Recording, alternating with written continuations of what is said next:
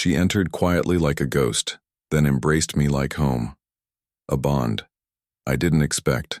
The mining station on Kepler 442b had been quiet for 3 days when Lieutenant Amy Brooks first noticed the footprints.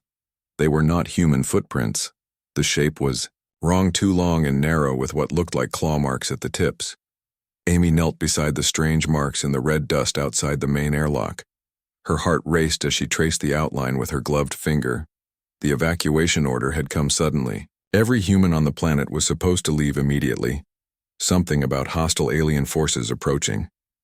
But Amy had stayed behind. She was the communications officer, and someone needed to monitor the emergency channels in case other humans were still trapped. Now she wondered if that had been a mistake. The footprints led toward the storage bay. Amy checked her sidearm and followed the trail. Her boots made soft echoes in the empty corridors. The station felt like a tomb.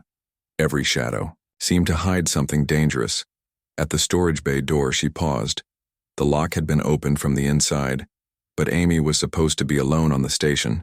She drew her weapon and stepped through the doorway.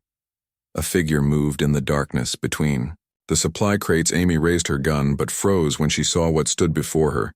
It was definitely alien, but not like anything from the military briefings. The creature was tall and graceful with pale blue skin that seemed to glow softly in the dim light. Her face was almost human but with larger eyes that held an ancient sadness. Long silver hair flowed down her back like liquid mercury. The alien woman raised her hand slowly, showing she had no weapons. Amy kept her gun pointed at the intruder, but something made her hesitate. There was no threat in those strange, beautiful eyes. The alien spoke, and her voice was like music, even though Amy could not understand the words. Then she switched to broken English. "I am Zara, I come seeking. Help not to harm."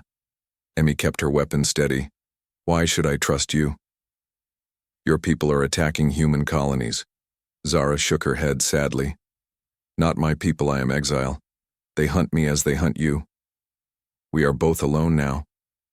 The alien woman took a careful step forward.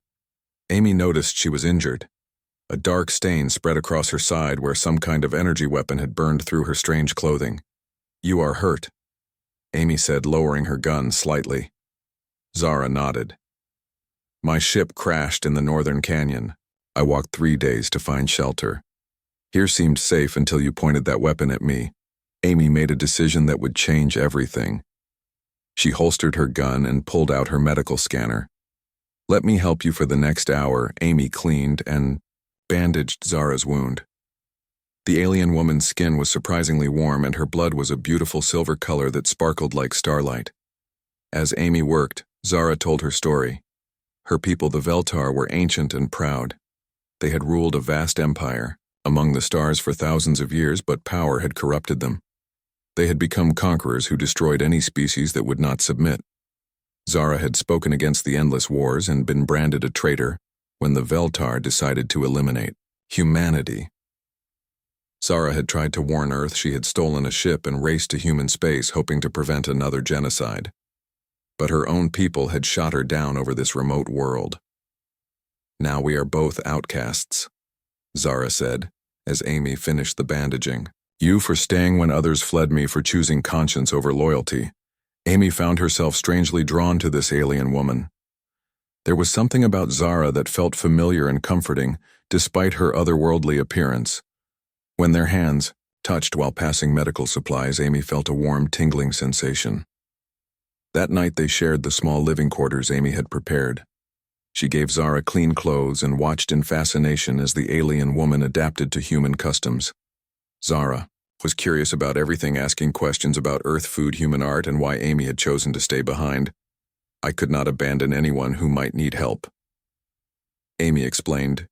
"It is who I am." Zara smiled, and her whole face seemed to glow. "You have honor. Your species is fortunate to have warriors with such hearts." Over the following days, they worked together to repair communications equipment and monitor for signs of either human or Veltar ships. Amy learned that Zara was not just a warrior, but also a scientist who understood technology far beyond human capabilities. More importantly, Amy discovered that despite their different origins, She and Zara shared the same values. They both believed in protecting the innocent. Both had sacrificed everything to do what they thought was right. Late one evening, as they sat watching the strange double sunset through the observation window, Zara spoke quietly. On my world, we have a concept called heart bonding. It happens rarely when two souls recognize each other across all barriers of species, culture, or distance. Amy felt her pulse quicken. What does that mean? It means, Zara said, turning to look directly into Amy's eyes, that I would rather face exile and death beside you than return to glory among my own people. Amy reached out and took Zara's hand.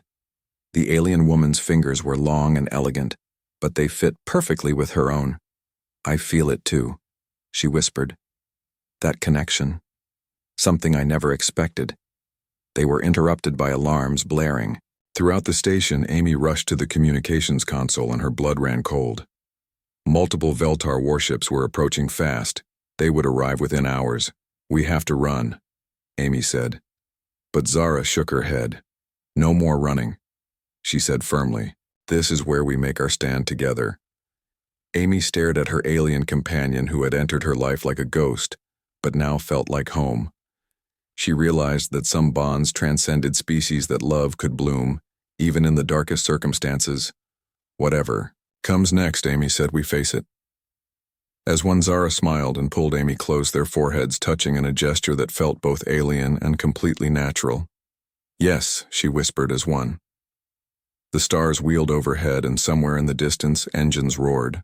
But in that moment, Amy Brooks and Zara were no longer alone. They had found something worth fighting for in each other.